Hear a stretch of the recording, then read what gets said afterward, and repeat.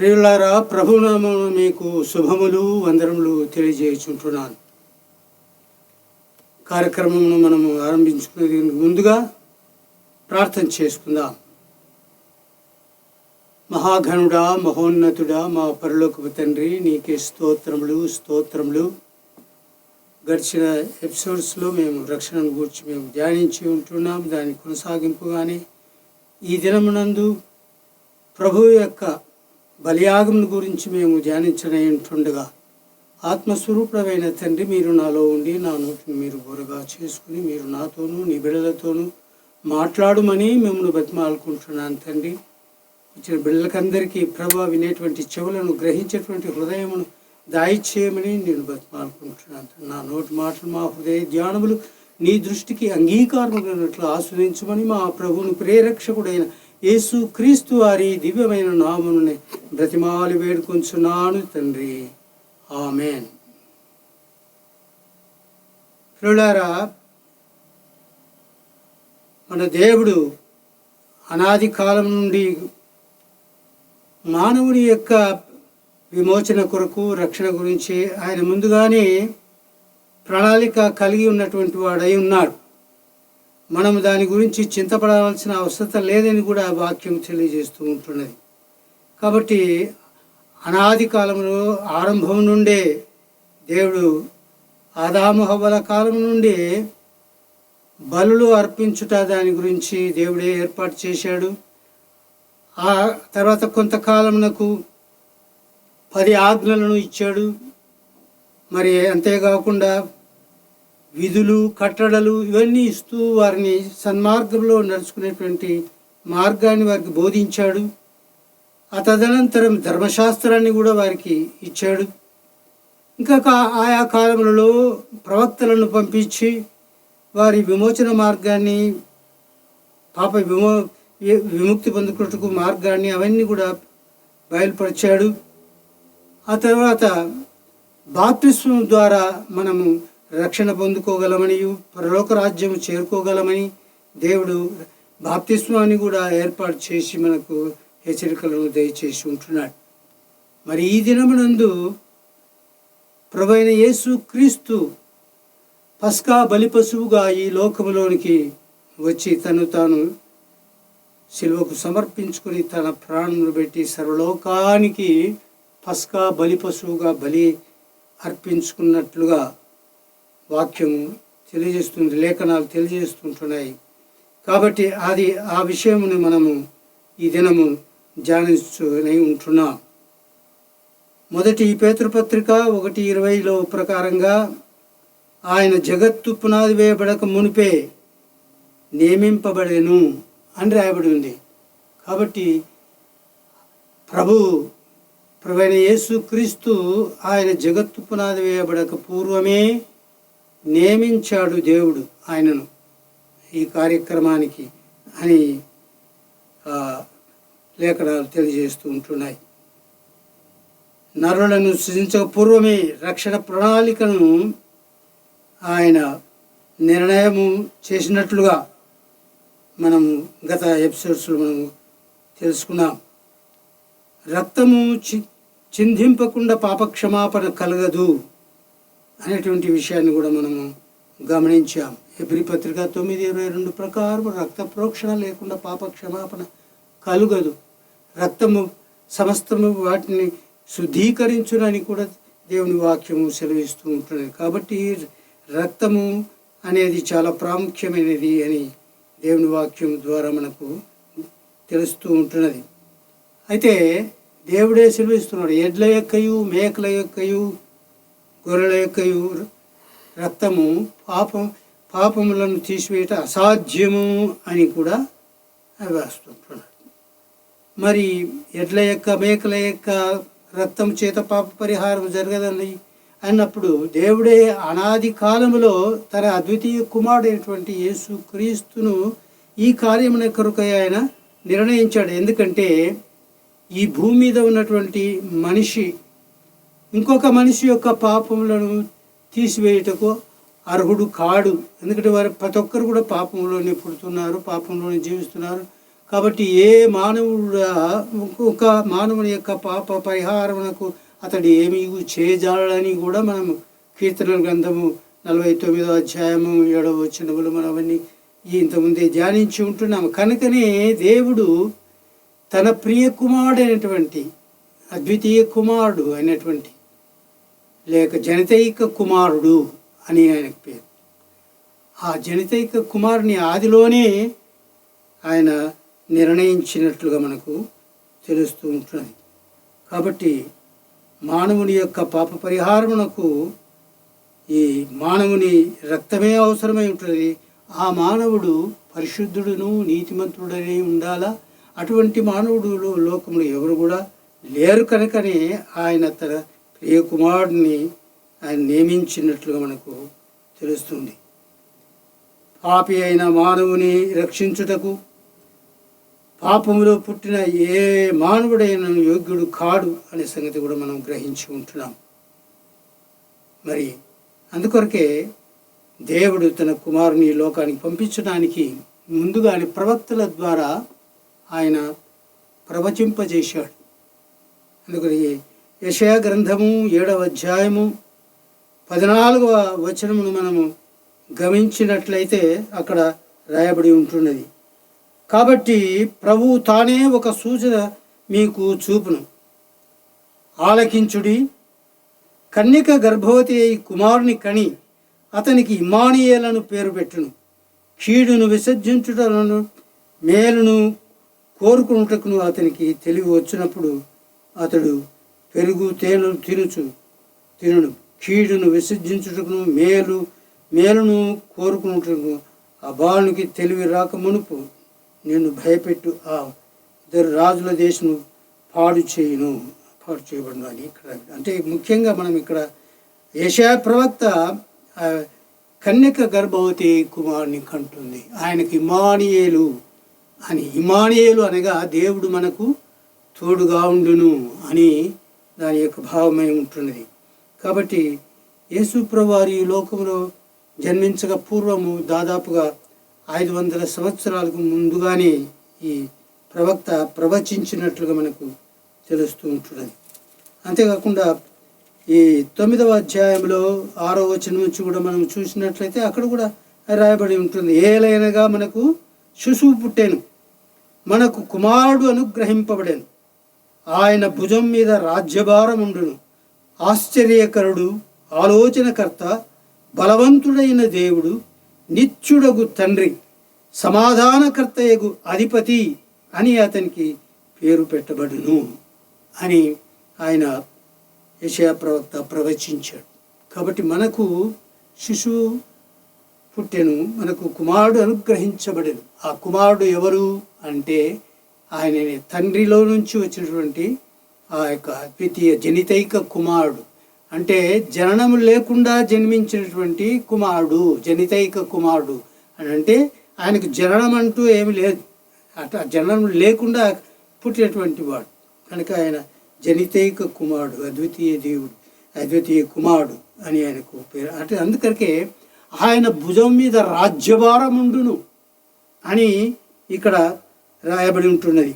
ఆయన ఆలోచనకర్త, ఆశ్చర్యకరుడు, బలవంతుడైన దేవుడు, నిత్యుడగు తండ్రి, సమాధానకర్త, అధిపతి అని అతనికి పేరు పెట్టబడింది. కాబట్టి ఆల్రెడీ ఆయన తండ్రి అయిన దేవుడు ఉన్నాడు. మరి పుట్టినటువంటి ఈ కుమారునికి ఆయనకు కూడా తండ్రి అనే పేరు పెడుతున్నారు. ఇక్కడ నిత్యుడగు తండ్రి అని ఆయన కూడా పేరు పెట్టబడుతుంది. ఎందుకంటే ఆయనకు కూడా యెహోవా అనే పేరు ఉన్నది. ఆదిలోనే ఆ వాక్యముగా ఉన్నటువంటి దేవుడు ఆయనకు కూడా యెహోవా అని పేరు ఉంటున్నది. తండ్రికిని యెహోవా అని పేరు ఉంటుంది. కాబట్టి మనము సువార్తల్లో, యోహాను సువార్తల్లో అక్కడ యేసు ప్రభువారు భూమి మీద ఉన్నప్పుడు నేను తండ్రి ఏకమై ఉన్నాము అని చెప్పాడు. కాబట్టి ఆయన ఒకడే తండ్రి. కాబట్టి ఆయన కుమారుడుగా ఉన్నప్పుడు కూడా ఆయన కూడా తండ్రి అని ఇక్కడ పిలువబడుతున్నట్టుగా ఇక్కడ రాయబడి ఉంటున్నది. ఆ విషయాన్ని మనము గుర్తెరగాలి. మరి మీకా గ్రంథము 5వ అధ్యాయము 2వ వచనమును మనము గమనించినట్లయితే మీకా ప్రవక్త కూడా ఆయన ప్రవచించాడు. మీకా మీకా ప్రవక్త 5వ అధ్యాయం. మీకా గ్రంథము 5వ అధ్యాయము 2వ వచనములో ఈ విధంగా రాబడింది. బెత్లెహేము ఎఫ్రతా, యూదావారి కుటుంబములలో నీవు స్వల్ప గ్రామమైనను నా కొరకు ఇశ్రాయేలీయులను ఏలబోవాడు నీలో నుండి వచ్చును. పురాతన కాలం మొదలుకొని శాశ్వత కాలము ఆయన ప్రత్యక్షమగుచూ ఉండేను అని ఈ ప్రవక్త మీకా గారు ప్రవచిస్తూ ఉంటున్నాడు.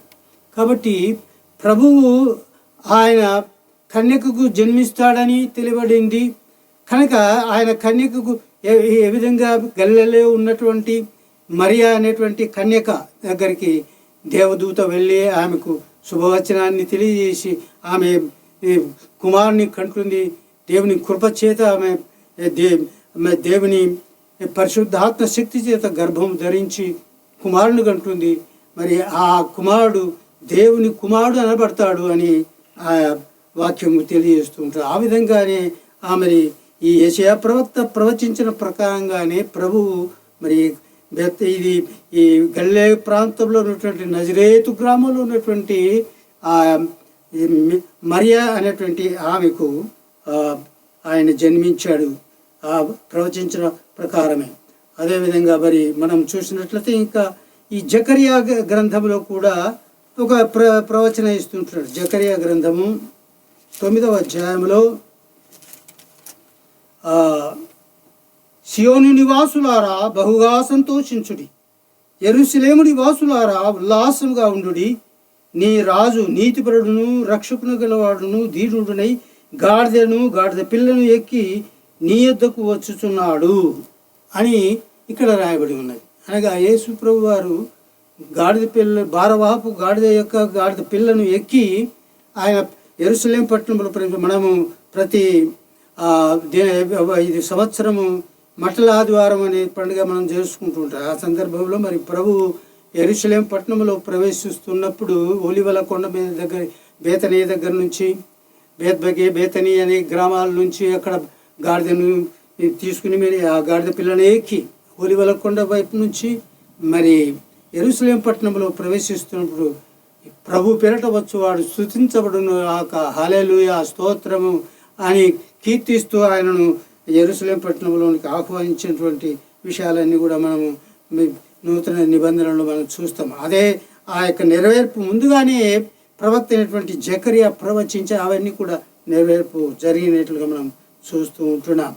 కాబట్టి యేసు ప్రభు వారు ఆయన యోహాను కంటే 6 మాసాలు తర్వాత జన్మించాడు. కాబట్టి ఆయన మార్గాన్ని సరళం చేయటకొరకే భక్తుడైనటువంటి ఏలియా ఆత్మగలిగినటువంటి బాప్తిస్మం ఇచ్చే యోహాను ఆయన 30 సంవత్సరాల వయసు వచ్చినప్పుడు ఆయన యోర్దాను నదిలో అనేకులకు బాప్తిస్మం ఇస్తూ అక్కడ దేవుని వాక్యాన్ని ప్రచురిస్తూ ఉంటున్నాడు. యేసు ప్రభు వారు యోర్దాను నది ప్రాంతంలో అక్కడ సంచరిస్తున్నప్పుడు ఆయనను చూచి బాప్తిస్మం ఇచ్చినటువంటి యోహాను ఆయనను చూసి ఈ విధంగా అంటున్నాడు, ఇదిగో లోక పాపమును మోసుకొని పోవు దేవుని గొర్రెపిల్ల అని ఆయనను చూపెడుతూ ఆయన అనేకులకు పరిచయం చేస్తూ ఉంటున్నాడు.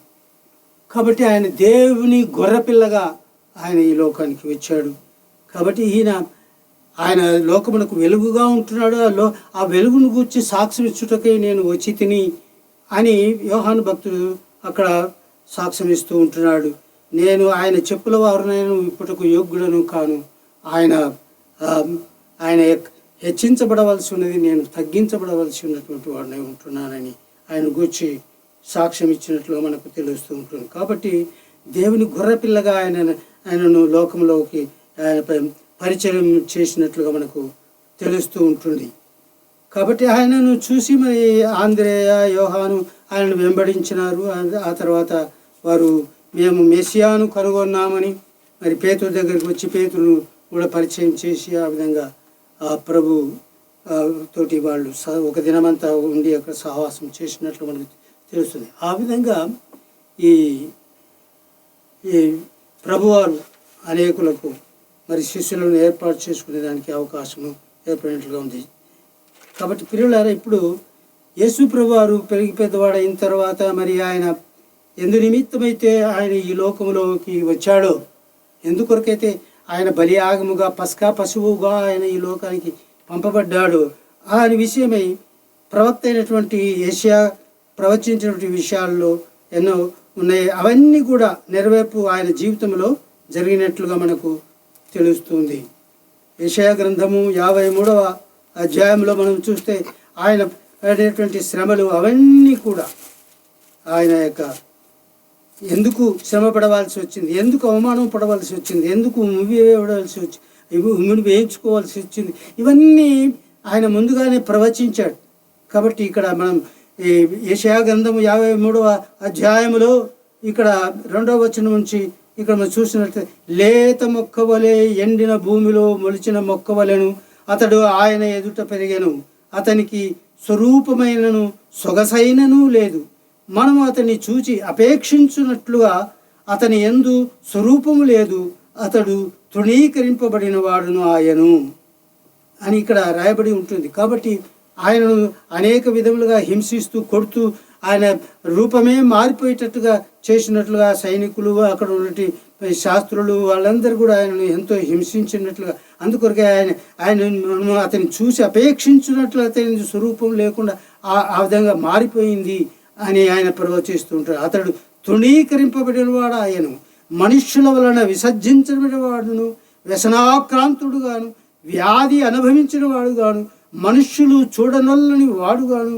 ఉండెను అని ఇక్కడ రాయబడింది. అతడు తృణీకరింపబడినటువంటి వాడు కనుక మనం అతన్ని ఎన్నిక చేయకపోతిమి, నిశ్చయముగా అతడు మన రోగములను భరించను.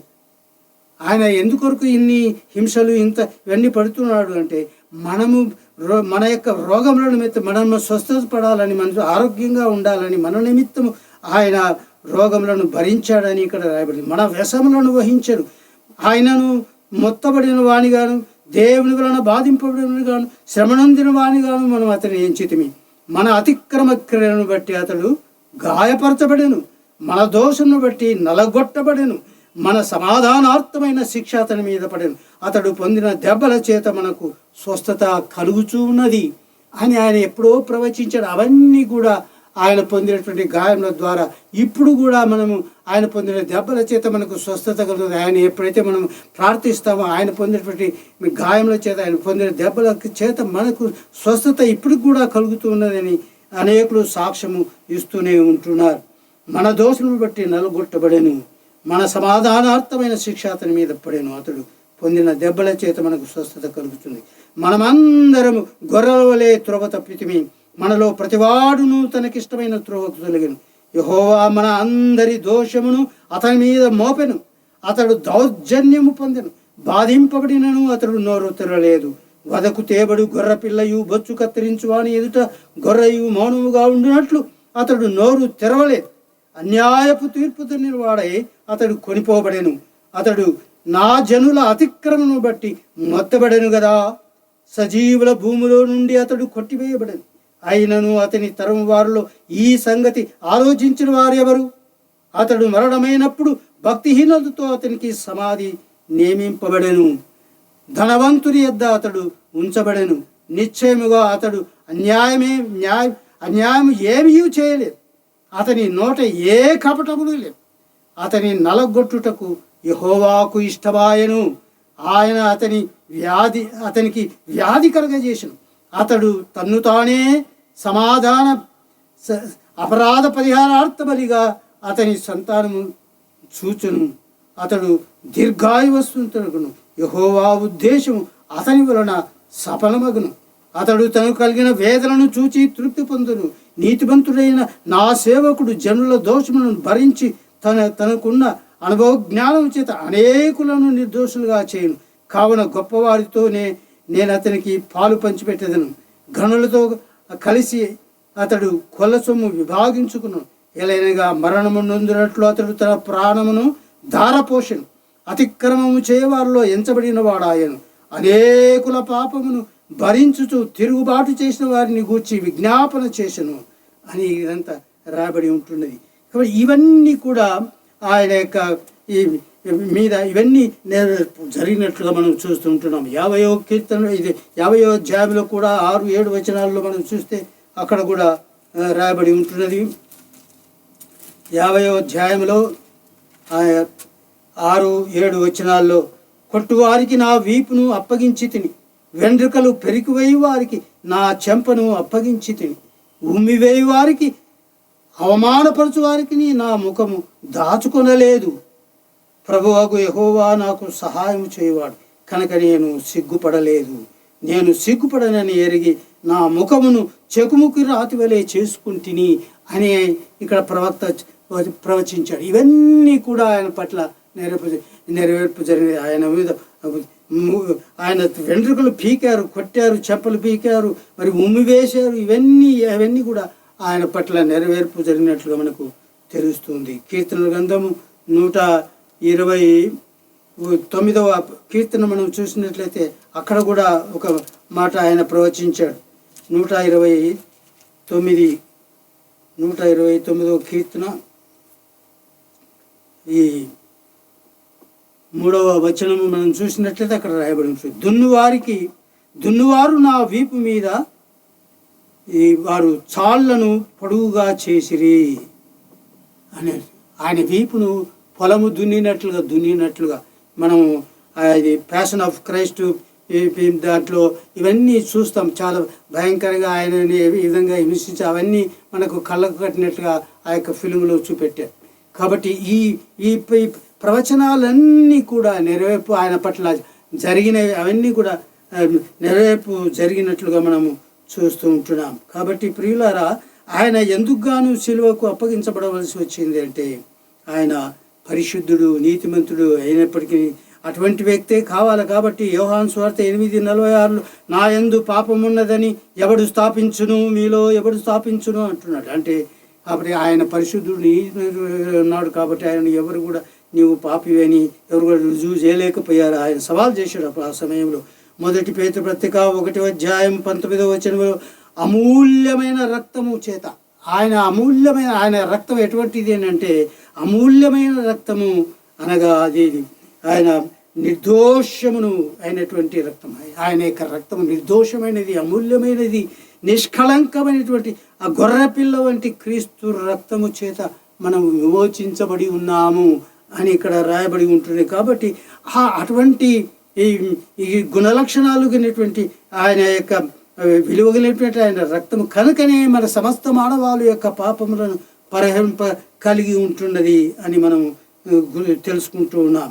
కాబట్టి ఆయన మన ఈ లోకానికి ఆయన ఈ పస్కా పశువుగా వచ్చాడు. ఎలాగా పస్కా పశువు వచ్చాడంటే, మన ఈ ఇశ్రాయేలులో ఐగుప్తు దేశంలో దాసులుగా ఉన్నప్పుడు దాదాపుగా 430 సంవత్సరాలు వాళ్ళు దాసులుగా ఉండి మొరపెడుతూ ఉన్నప్పుడు దేవుడే వారిని విడిపించడం కొరకే మోషేను ఏర్పాటు చేసుకుని అక్కడికి ఐగుప్తు దేశమునకు వెళ్ళి వాళ్ళని విడిపించడం కొరకై ఆయన పస్కా పశు బలిగా అక్కడ వారిని ఏర్పాటు చేశాడు. ఏ విధంగా అంటే మనం నిర్గమకాండం 12వ అధ్యాయం 1-17 వచనాలు చూస్తే ఆ విషయాలన్నీ కూడా ఉంటుంది. ఆఖరి అనేక 10 విధములైనటువంటి తెగుళ్లను రప్పించినప్పటికీ ఫరో హృదయం కఠినమైపోయింది. ఆఖరికి ఆయన చెప్పాడు, మొదటి సంతానం ప్రతి ఒక్కరి యొక్క మొదటి సంతానం, మొదటి జంతువుల్లో కూడా మొదటి జంతువు సంతానం ఏదైతే ఉన్నదో వారి ఆ దినము చనిపోతారు. కాబట్టి మీరు ప్రతి ఒక్క కుటుంబంలో ఒక ఏడాది నిర్దోషమైన ఏడాది గొర్రెపిల్ల కానీ మేకను కానీ ప్రతి ఒక్క కుటుంబము వధించి దాని రక్తము ద్వారబంధముల మీద పూయవలాలి. మరి అది దాని మాంసమును మీరు తినాలి. నడుములు కట్టుకొని చెప్పులు దొరుకుని కర్ర పట్టుకొని పరిగెత్తుతూ ఉన్నట్లుగా తినాలి. ఉదయం వరకు ఏమి కూడా మిగలకుండా తినాలి అని చెప్పేసి వాక్యం సెలవిస్తూ ఉంటుంది. వారు పులిసిన దాన్ని ఏది కూడా తినకూడదని దేవుడు చెప్పాడు.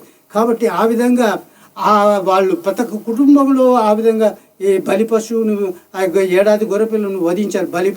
అది పస్కాయే ఉంటుంది. కాబట్టి దానినే పాస్ ఓవర్ అని కూడా అని మనము అంటాము. యూదుల యొక్క ధర్మశాస్త్ర ప్రకారంగా అది పాస్ ఓవర్ అంటే మరణము దాటిపోవుట. కాబట్టి ఆ మరణ దూత రాత్రి వేళ వాళ్ళ ఆ ప్రాంతంలో సంచరించినప్పుడు ఐగుప్తు దేశంలో ఉన్న ప్రతి గృహములో మొదటి సంతానం ఎవరైతే ఉంటారో వారు చనిపోయారు.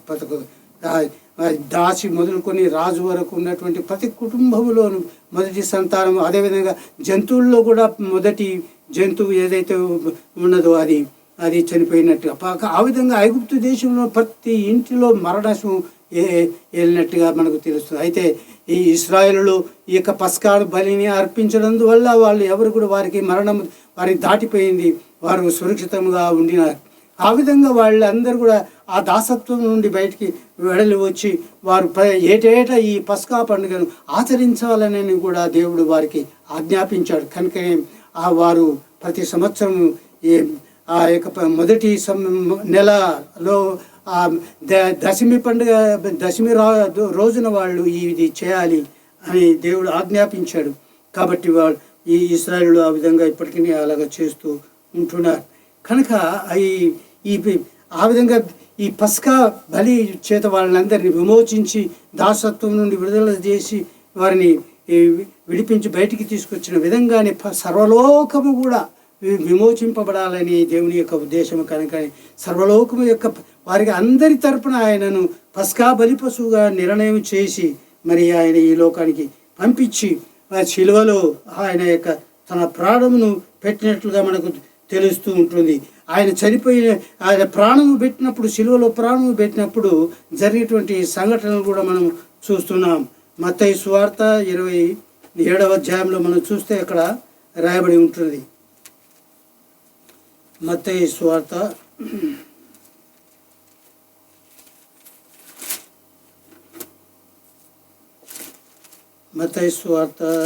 27వ అధ్యాయము 51వ వచనంలో మనం చూసినట్లయితే, ఇదిగో యేసు కూడా ఉన్నవారిలో ఒకడు చేయి చూసి కత్తి చూసి మత్తయి సువార్త 27వ అధ్యాయము 51వ వచనం. యేసు మరల బిగ్గరగా కేక వేసి ప్రాణం విడిచెను. అప్పుడు దేవాలయపు తెర పైనుండి క్రింది వరకు రెండుగా చినిగను. ఎప్పుడైతే ఆయన తన ప్రాణాన్ని తండ్రికి అప్పగించి ప్రాణం విడిచాడో వెంటనే దేవాలయపు తెర నడుమికి చినిగి అది ఓపెన్ అయిపోయినట్లుగా తెలుసు. దాని యొక్క చిహ్నము ఏమిటి అంటే, దానివల్ల ఇక బలి అర్పణ అవసరం లేదు, రక్తప్రోక్షణ అవసరం లేదు, అతి పరిశుద్ధ స్థలంలోనికి ఎవరైనా కూడా ప్రవేశించవచ్చు అనేటువంటి దాన్ని అది నిర్ధారణ అవుతూ ఉంటున్నది. తర్వాత అక్కడ జరిగిన సంఘటన ఏమిటి? రెండవది, భూమి వణికెను, బండలు బద్దలాయను. ఆయన ఎప్పుడైతే ప్రాణము పెట్టాడో శిలువలో బండలు బద్దలైపోయినాయి, పర్వతాలన్నీ కూడా బండలన్నీ బద్దలైపోయి భూమి గడగడ వణికింది. అలాగా ప్రకృతి సహితం సహించలేకపోయింది. ఆయనకు నిర్దోషి నిష్కలంకుడైన పరిశుద్ధుడైనటువంటి ఆ దైవ కుమారుడు తన ప్రాణమును శిలువలో పెట్టినప్పుడు ఆ ప్రకృతి కూడా భరించలేక వణికిపోయినట్లుగా బండలు బద్దలు అయినట్టుగా మనకు తెలుస్తూ ఉంటున్నది. మూడవదిగా ఏమి ఇక్కడ జరుగుతున్నది అంటే, ఇక్కడ రాయబడి ఉంటున్నది,